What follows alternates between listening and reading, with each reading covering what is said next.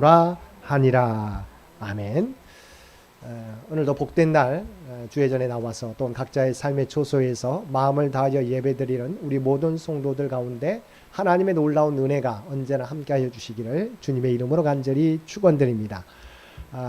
우리가 지난 시간에는 예수님이 누구신가에 대해서 함께 은혜를 나누었습니다. 오늘 두 번째 시간은 하나님이 이 주님을 준비케 하기 위해서 예비하신 사람이 있다고 요한복음을 통해서 말씀해 주고 있습니다. 그 사람에 대해서 오늘 말씀을 소개하고 있는데 그 사람이 누구입니까? 바로 세례 요한이라고 하는 것이죠. 주님의 길을 준비했던, 그래서 하나님께서 주님 앞에 먼저 보내신 사람, 하나님이 예비해 주신 사람 세례 요한에 대해서 오늘 본문에 이 사도 요한이 세례 요한에 대해서 말씀하고 있는 것이죠. 그래서 오늘 본문에 나오는 요한은 이 요한복음을 쓴 예수님의 제자 사도 요한이 아니라 바로 세례 요한을 의미하는 것입니다. 그런데 주님께서 이 세례 요한에 대해서 이렇게 인정하고 있습니다. 자, 하나님께서 예비해 주신 이 세례 요한에 대해서 주님께서 마태복음 11장 11절에서 이렇게 인정하고 있습니다. 우리 PPT에 나와 있습니다. 우리 PPT를 보시면 마태복음 11장 11절입니다. 우리 함께 읽겠습니다.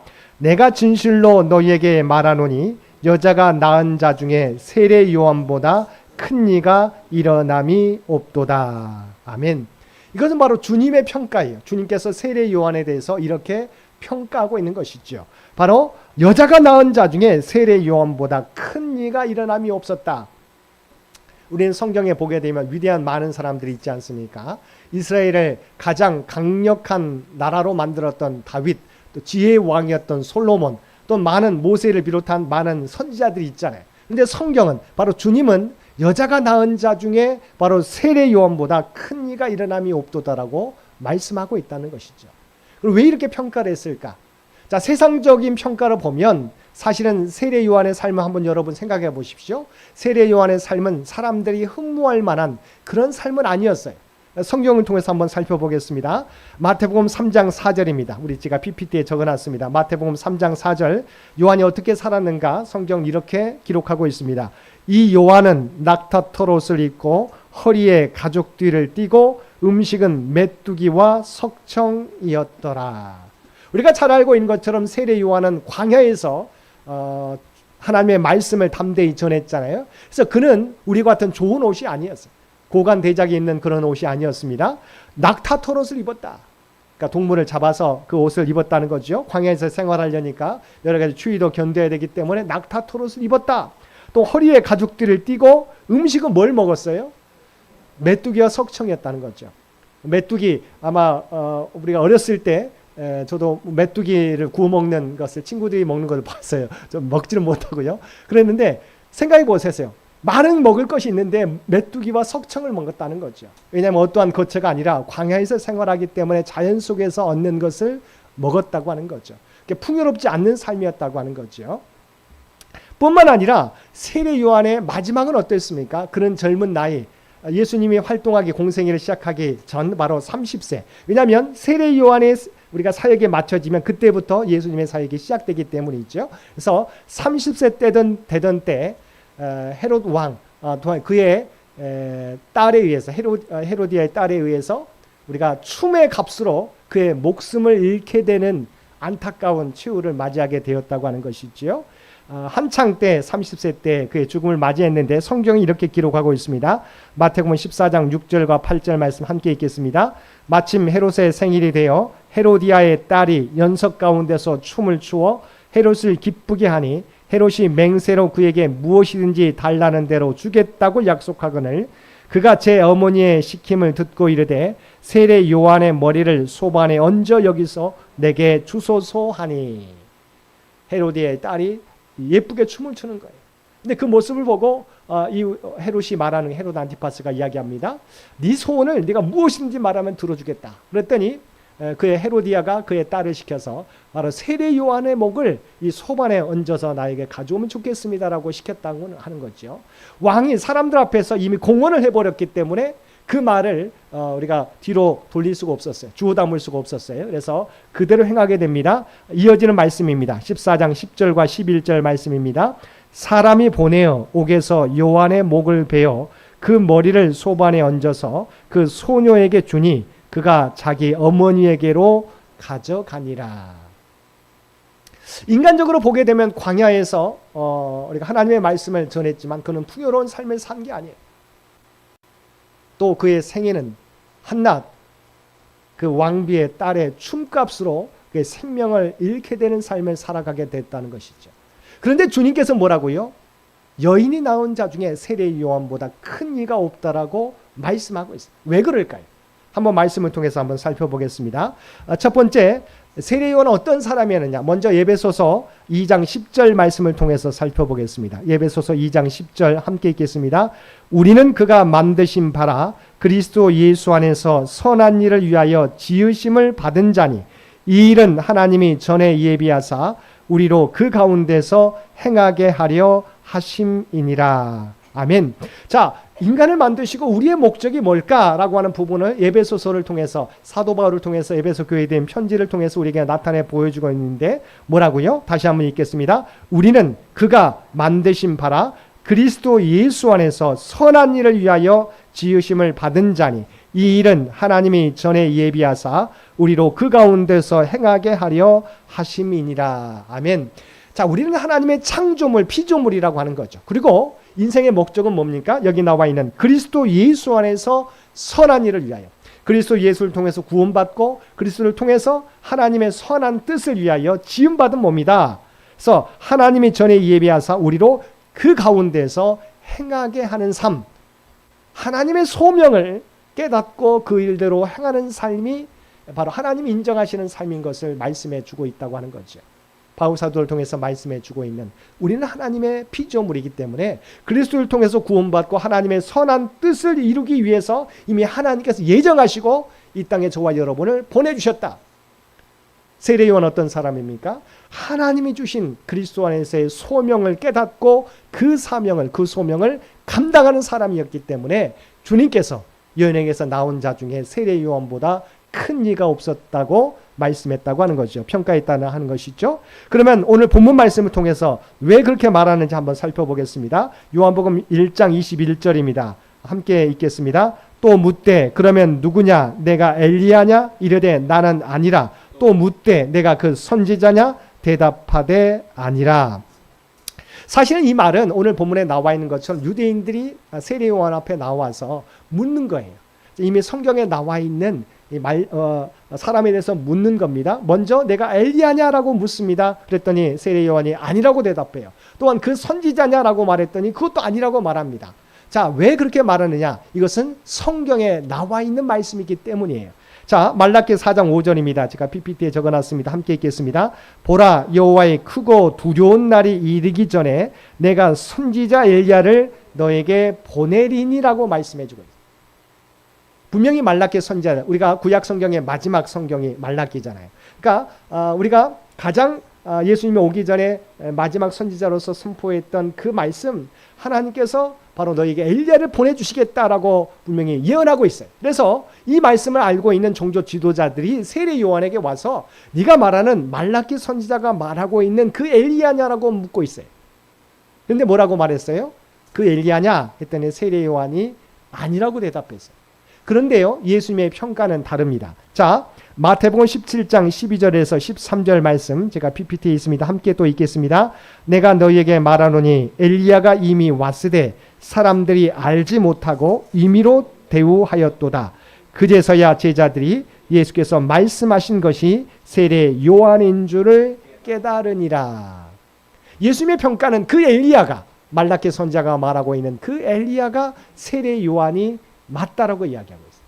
그런데 왜 세례 요한은 자기는 그 엘리야가 아니라고 이야기하고 있습니까?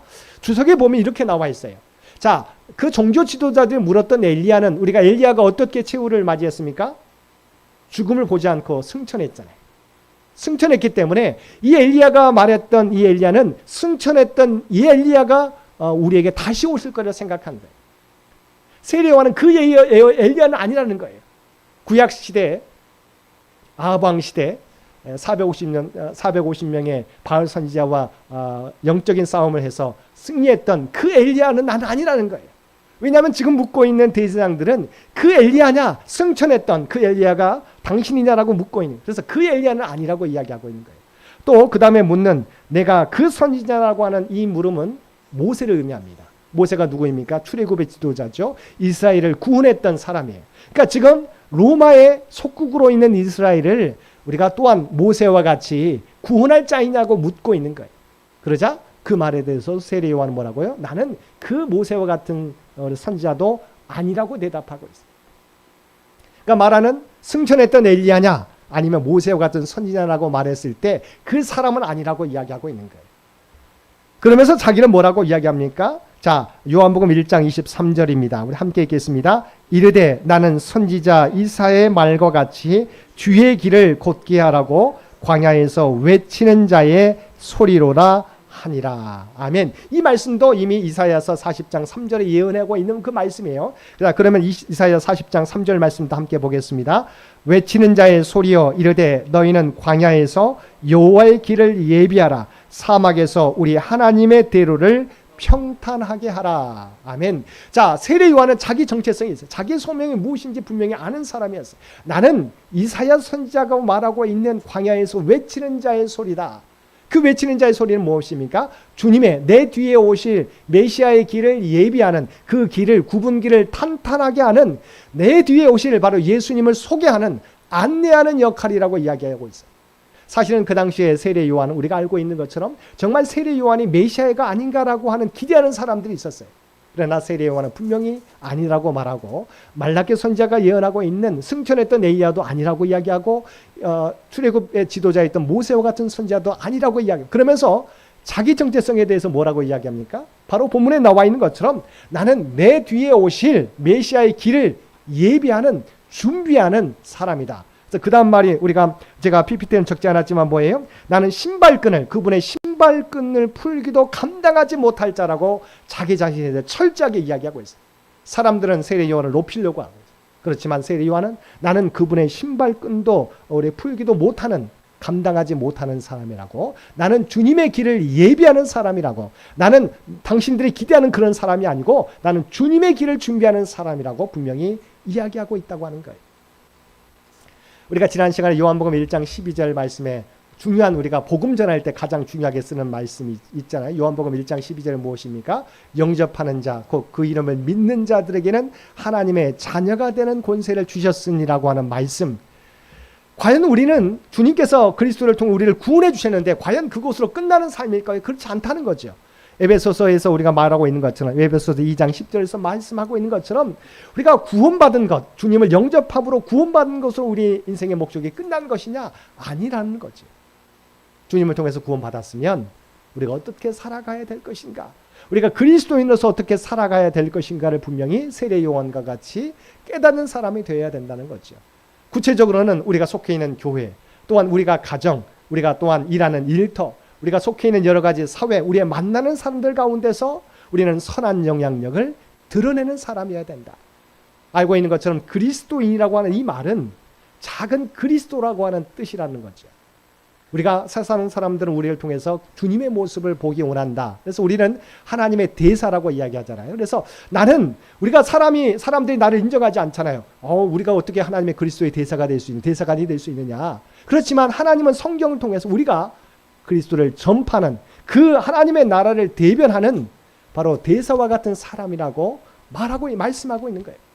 그래서 우리가 속해 있는 삶의 현장에서 다른 것이 아니라 삶의 현장에서 그리스도의 향기를 드러내는 사람이어야 된다라고 하는 부분들. 그래서 우리는 각자가 여러분이 속해 있는 가정, 교회, 또한 일터, 우리가 만나는 사람들 가운데 보냄받은 하나님의 대사들이라고 하는 정체성을 가지고 살아가는 저와 여러분들 되시기를 바랍니다. 그래서 세례 요한은 자기의 소명을 분명히 알고 있는 사람이었다는 거죠.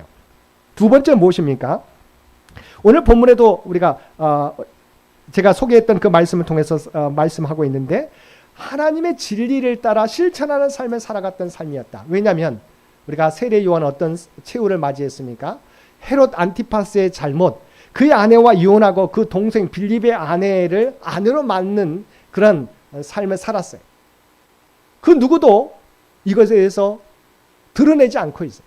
그런데 세례 요한이 이것을 분명히 잘못된 것이라고 지적했다고 하는 것이죠. 자, 우리 마태복음 14장 3절과 4절 말씀 한번 함께 읽겠습니다. 마태복음 14장 3절과 4절 우리 PPT에 나와 있습니다.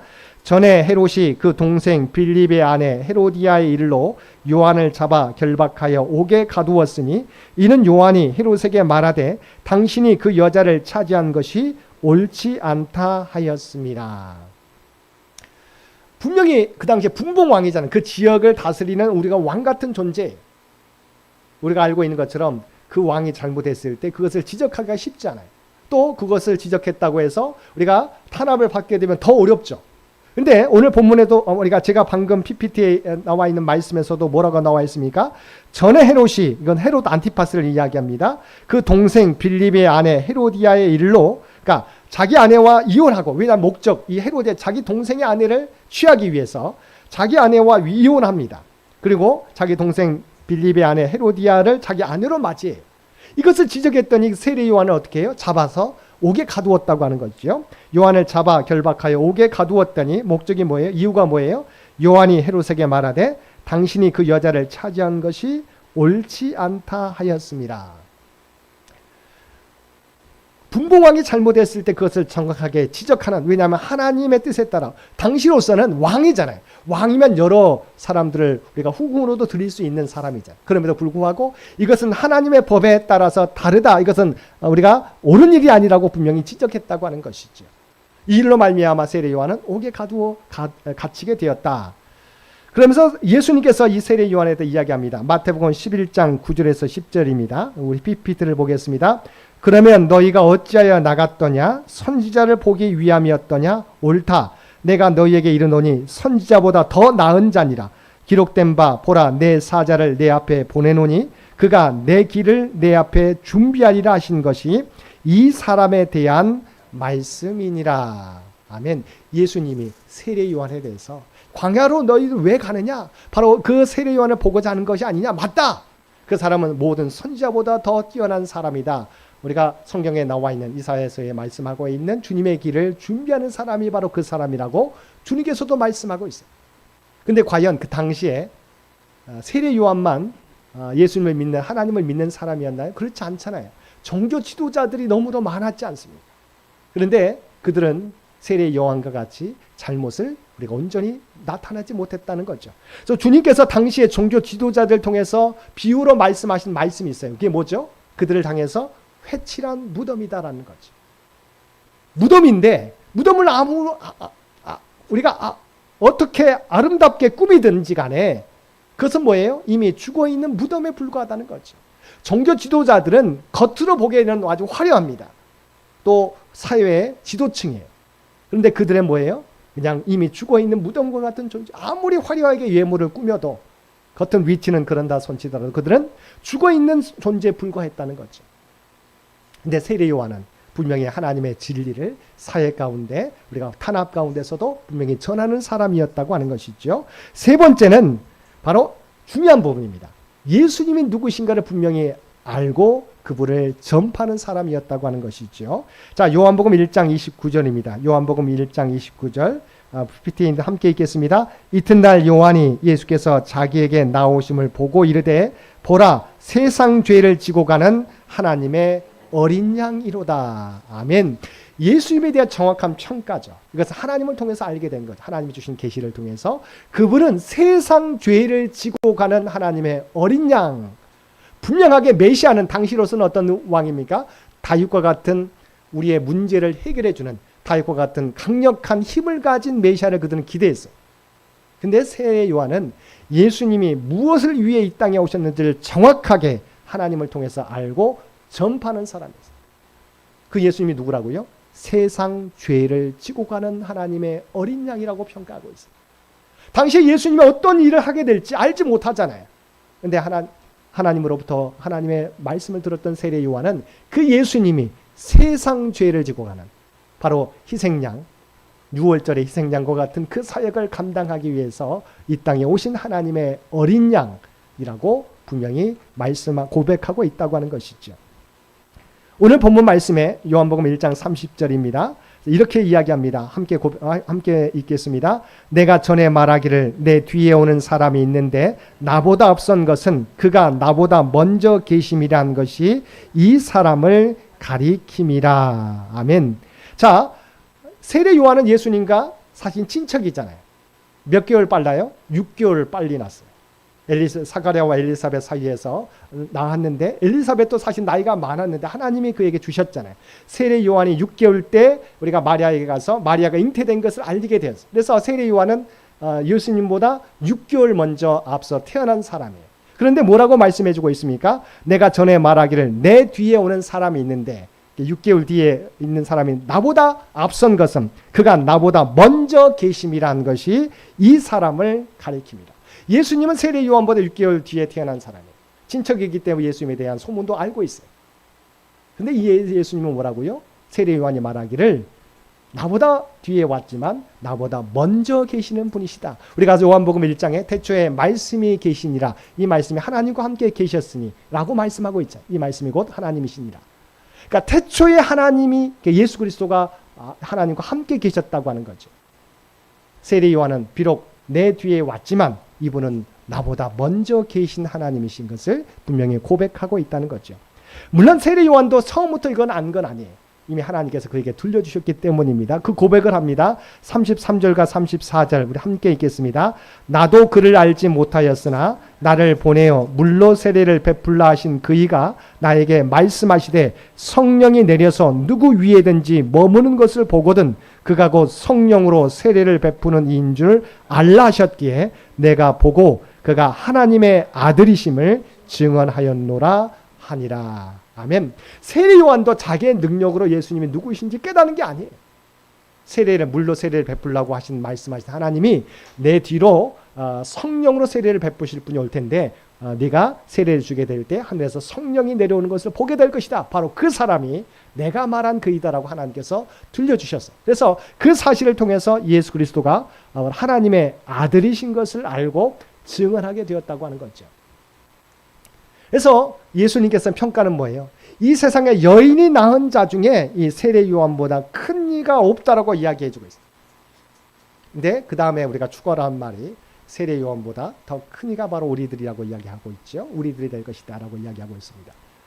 더 우리가 바로, 왜냐하면 우리는 세례 요한이 증거한 그 주님을 믿고 또 주님을 증거하는 삶을 살게 될 것이기 때문이라고 하는 거죠.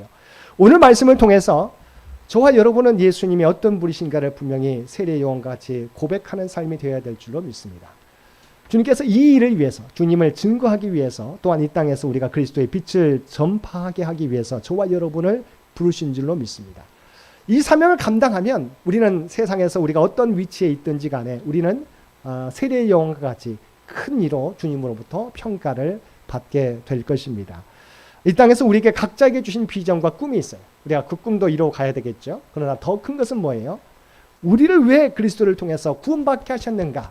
그 사실을 깨닫고 이 모든 것을 통해서 우리가 하나님의 뜻을 드러내는 자가 되어야 될 줄로 믿습니다. 그때 우리가 진정으로 사람들이 인정하는 삶도 중요하지만 하나님이 인정하는 삶을 살 수 있으리라 생각합니다. 오늘 말씀을 통해서 자기의 소명을 깨닫고 주님을 증거했던 세례 요한 같은 삶, 이 땅에서 우리가 이루며 살아가는 저와 여러분 모두가 되시기를 주님의 이름으로 간절히 축원드립니다. 함께 기도드리겠습니다. 사랑하는 충만하신 아버지 하나님, 세례 요한의 삶을 통해서 우리가 이 땅에서 무엇을 위하여 살아가야 될지, 우리의 소명이 무엇인지 깨닫게 해주셨음을 진심으로 감사드립니다. 그리스도를 통해서 구원받은 삶, 우리가 발을 딛고 살아가는 삶의 현장에서 그리스도의 선한 영향력을, 선한 향기를 드러내며 살아가는 우리 모두가 되게 하여 주옵소서. 세상으로부터 인정받는 삶 중요하지만 먼저 하나님으로부터 인정받는 삶을 살아갈 수 있는 우리 모두가 되게 하여 주옵소서. 이 모든 간구 우리를 구원하여 주신 예수님의 이름으로 간절히 기도드리옵나이다. 아멘. 우리 다 함께 찬송